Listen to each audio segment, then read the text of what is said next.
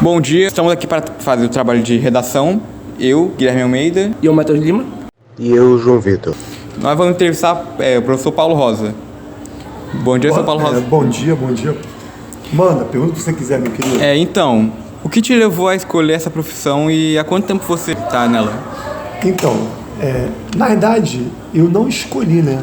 A profissão me escolheu, porque eu nunca quis ser professor de fato. Começou na minha vida assim, de forma meio acidental, né? Porque eu comecei a dar aula como monitor, porque era uma graninha que eu ganhava para me sustentar na faculdade. E eu fui pegando gosto, até que apareceu uma oportunidade para dar aula em 1996. Então, nessa brincadeira aí já vão 27 anos, tá? Que eu estou no magistério. E, assim, eu sempre gostei de estudar, sempre gostei de explicar, de ensinar meus colegas, mas não via isso como uma profissão, né? E eu não tinha essa visão de ser professor. E foi acontecendo aos poucos, né? Aquela coisa do destino, né? Foi caindo e eu fui absorvendo, fui gostando e permaneci até hoje. E adoro. Mas a sua família te apoiou nessa decisão? Cara, assim, minha mãe queria ser professora. Ela gostou, né? Meu pai foi indiferente.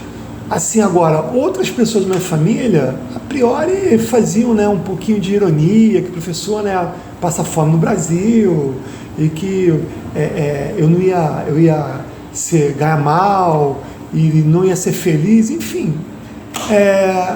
Quem deveria apoiar, apoiou. E as pessoas externas, muitas delas, pura e simplesmente ironizavam. E hoje, elas respeitam. É assim mesmo, né? Que tipo, tem que seguir, né? Seguir o sonho, a vontade, o desejo. E outra, cara, eu vou falar pra você que a questão de ser um profissional que, assim, economicamente, né, com sucesso, que ganhe um salário legal, depende também muito do quanto você se empenha, do quanto você se especializa. E eu procurei fazer isso, né? Eu não parei, só me formei e parei. Eu fui fazendo outros cursos, fui me especializando mais, né? E graças a Deus a coisa foi fluindo. Então, você acha que a sua profissão é bem valorizada? No Brasil não. No Brasil, o professor... Na verdade, a gente acaba virando massa, né, de manobra política. Existem, né, de acordo com o governo, a política de educação, ela muda e o professor acaba, né, sendo visto muitas vezes como uma profissão secundária, né, não é respeitado, às vezes a condição de trabalho não é boa, em termos econômicos muitas vezes é muito mal remunerado, tá? Mas, assim, em termos de status, ser professor no Brasil não dá status, não é uma profissão que ela é respeitada, né, admirada. As pessoas veem o professor como um cara que está ali para fazer o filho dela, muitas vezes, passar de ano. E quais são as funções dessa profissão? Bem, é claro, né? Além da questão do conteúdo pedagógico, também a questão da formação de caráter, né? Eu, pelo menos, né, sou de uma geração que a gente não se atém apenas à aula. A gente conversa com o aluno, a gente conta às vezes um pouco da nossa vida, para mostrar para o aluno que a gente teve uma trajetória, né, às vezes difícil, e que o aluno ele tem condições, muitas vezes, de alcançar, né, pontos mais altos. O que eu chamo de pontos mais altos? Passar por uma boa universidade, fazer um bom curso, ser um bom profissional, tá entendendo? Amadurecer, buscar a felicidade, que é o que a gente mais tem, né? O que a gente mais procura na vida é felicidade. Então, tudo isso, de certa forma, o professor, né, acaba servindo como ferramenta.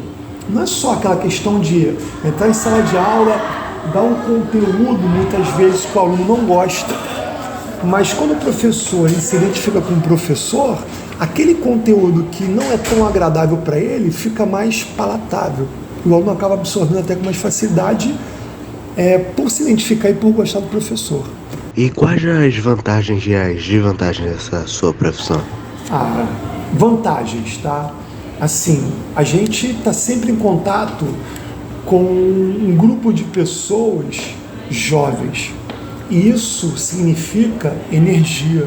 Então, né, para mim, que hoje já tenho, né, 50 anos, trabalhar com essa faixa etária acaba me dando, né, mais energia, mais disposição.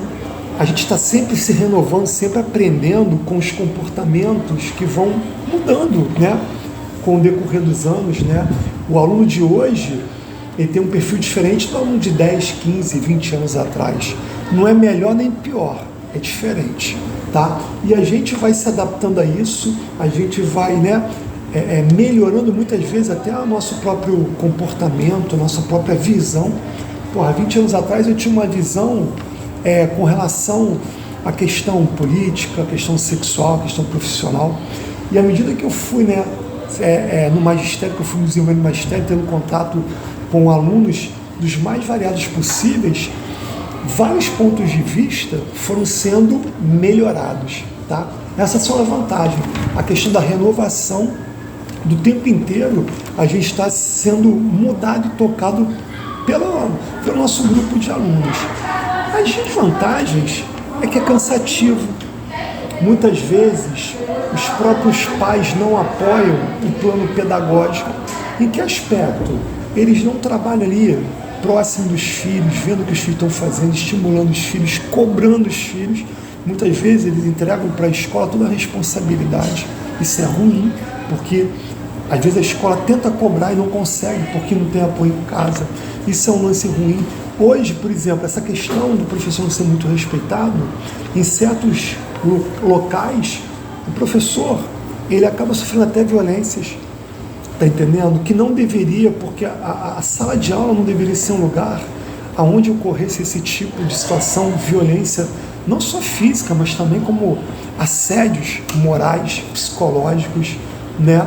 E a verdade é que é um trabalho desgastante, porque o professor não trabalha só em sala de aula, ele também leva trabalho para casa. Muitas vezes ele não desliga. Algum professor também tem trabalho em outras escolas? Dificilmente você vai ver um professor que só trabalha em uma escola. Às vezes o cara trabalha em 3, 4 escolas. Cada escola, às vezes, tem um perfil, ele tem que se adaptar a cada escola. Isso é muito desgastante. Mas eu acho que o lado gostoso da profissão, que é o contato com o aluno, esse crescimento emocional, né?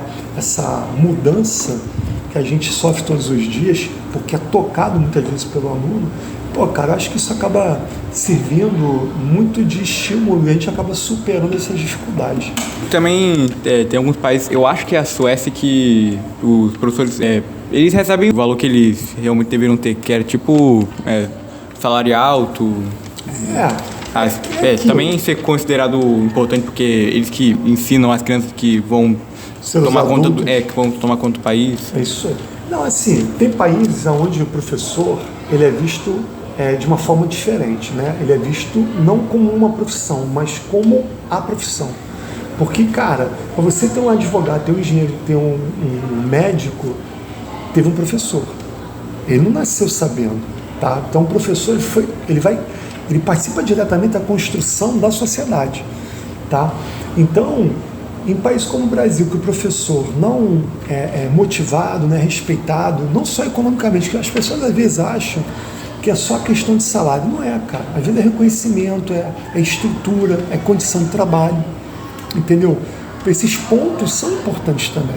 Não é só chegar para o professor, vou te pagar 20 mil reais por mês, tá? Mas vou te pagar 20 mil reais e tu vai trabalhar num ambiente insalubre, num ambiente onde a sala de aula é ruim, onde é perigoso, onde não há disciplina, onde o Estado, se for o caso de uma escola pública, ou o empresário, se for o caso de uma escola particular, não apoia o trabalho do professor, o cara fica doente, tá entendendo? Como qualquer profissão, se for muito estressante, deixa o profissional doente.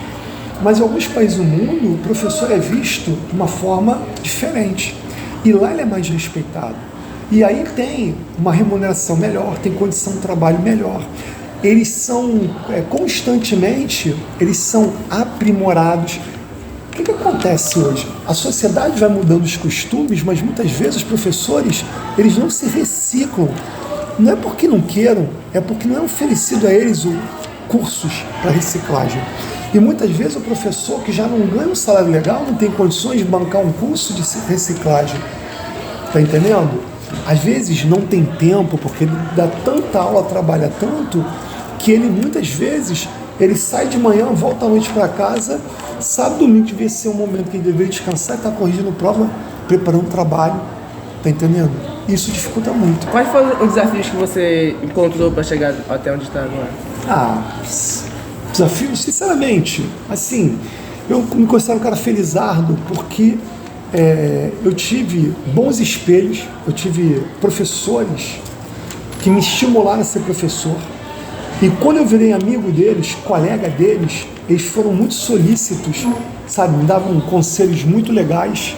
Agora, desafios, né? Principalmente que eu acho que o professor às vezes tem que vencer é a questão da própria arrogância. Às vezes tem professores que acham que eles são os detentores de todo o conhecimento, tá entendendo? E muitas vezes não é por aí. O aluno, ele já vem com uma formação de casa, com conhecimento de casa. E às vezes tem professores que acham que o aluno tem que ser do jeito que ele quer, né? E nem sempre. Eu tenho alunos que não gostam de química. Eu vou fazer o que com o cara? Vou reprovar o cara? Eu vou criar instrumentos para o cara poder se desenvolver. Então, cara, os principais desafios que eu encontrei, sinceramente, foi a minha formação acadêmica, tá? Posteriormente, amadurecer na carreira e, né, conseguir olhar o aluno como um ser que está em desenvolvimento, porque no início, como eu gostava muito de química, eu achava que todo mundo tinha gostado de química. Então eu cobrava do meu aluno o que cobravam de mim. E com o passar dos anos eu comecei a ver, tem um grupo de alunos que ele tem mais um perfil para a área de humanos, tem outro que é mais para a área biológica, tem uns para a área mais tecnológica, e reconhecer isso. Esse tipo de amadurecimento é que a gente só vai tendo com o passar dos anos. Mas fora isso, sei lá, eu tive uma carreira, tô tendo uma carreira, graças a Deus, bem tranquila. O que você diria para alguém que deseja seguir o mesmo caminho que você? Cara, se é o que você quer, não se importe muito com o que os outros falam, tá? Porque alguém vai dizer para você exatamente o que falaram para mim. Uma profissão que não gratifica economicamente, é uma profissão que não tem status, é uma profissão que o profissional não é valorizado, não é respeitado.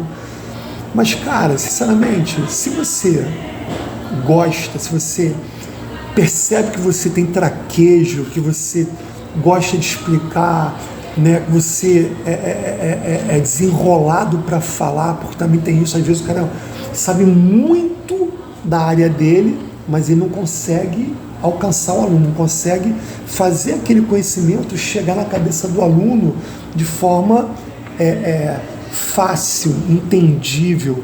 Às vezes o professor ele é muito bom, mas não tem didática com o cara.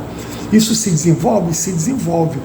Mas muitas vezes o cara não consegue chegar, tocar o aluno ao ponto de, mesmo o aluno não gostando da matéria, ele procurar se identificar com o professor e fazer um mínimo, que é tentar estudar para passar. Tá entendendo? Se você acha que tem esse tipo de habilidade, meu amigo, mergulha, estuda, se prepara, faça cursos, faça mestrado, doutorado, porque são coisas importantes para a área educacional, para o magistério. Procure sempre se especializar, entendeu? Não fique naquela coisa, eu aprendi aquele conteúdo, só vou replicar isso. Não, esteja sempre estudando, procurando, porque professor não tem que ser reconhecido repetidor de conhecimento, e sim desenvolvedor.